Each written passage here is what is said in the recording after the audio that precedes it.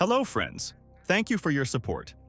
Ukrainians are tired of the war, but morale neither at the front nor in the rear has fallen so much that Zelensky has had to seek peace on Russia's terms.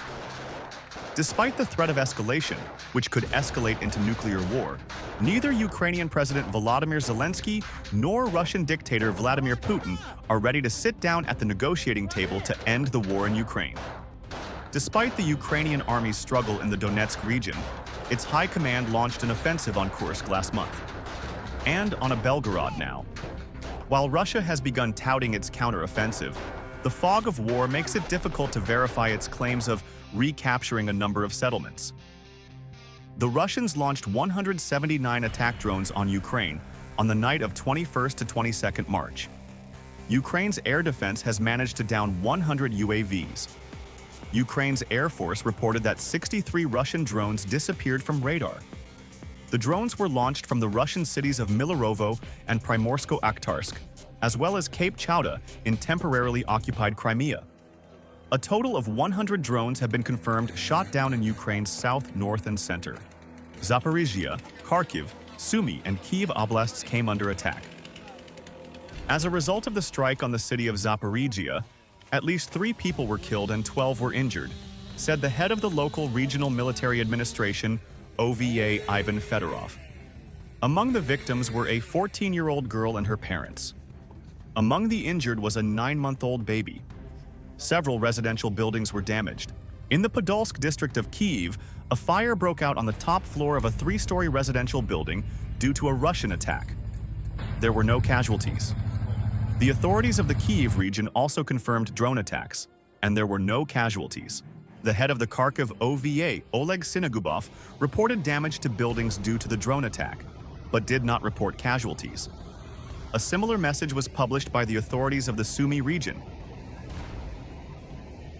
The Kavkazskaya oil depot in Russia has exploded again. The scale of the fire has grown significantly. 456 people and 181 units of equipment are taking part in attempts to extinguish it. However, it has not been possible to localize the fire, and the situation remains critical. Russians have a very strong character. In this video, you can see how emotionally the Stinks perceive the situation that has befallen them. After the ice melted, the Russian occupiers are trying to cross the Oskol River in the Kharkiv region using boats. In the winter, the Russians managed to gather a certain number of personnel on the right bank of the Oskol River, moving people and equipment across the ice. It is easier for Ukrainian forces to strike at boats trying to cross, and it is easier to strike at those Russian forces that are already directly there. The Russian orcs laughed at the measures to evacuate the local population of Sumy region and tried to show it as a victory. But for some reason, they have been evacuating their pigs from the Belgorod border region for the 4th day now, and they are not funny at all. In the Zaporizhia direction, the 429th Motorized Rifle Regiment of the Russian Federation found itself without armor, equipment, and supplies.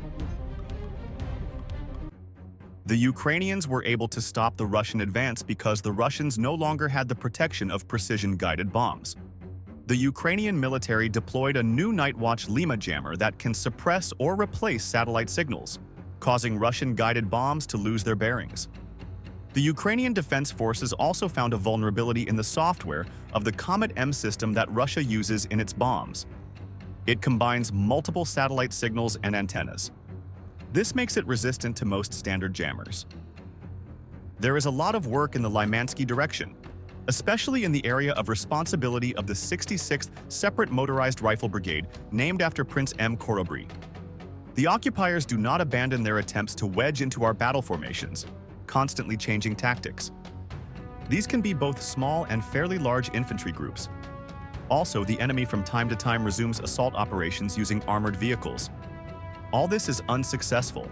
Near the village of Skudne, the enemy suffered heavy losses and failed its assault due to a lack of personnel. The weather is spoiling the enemy's plans and also causing some discomfort for us.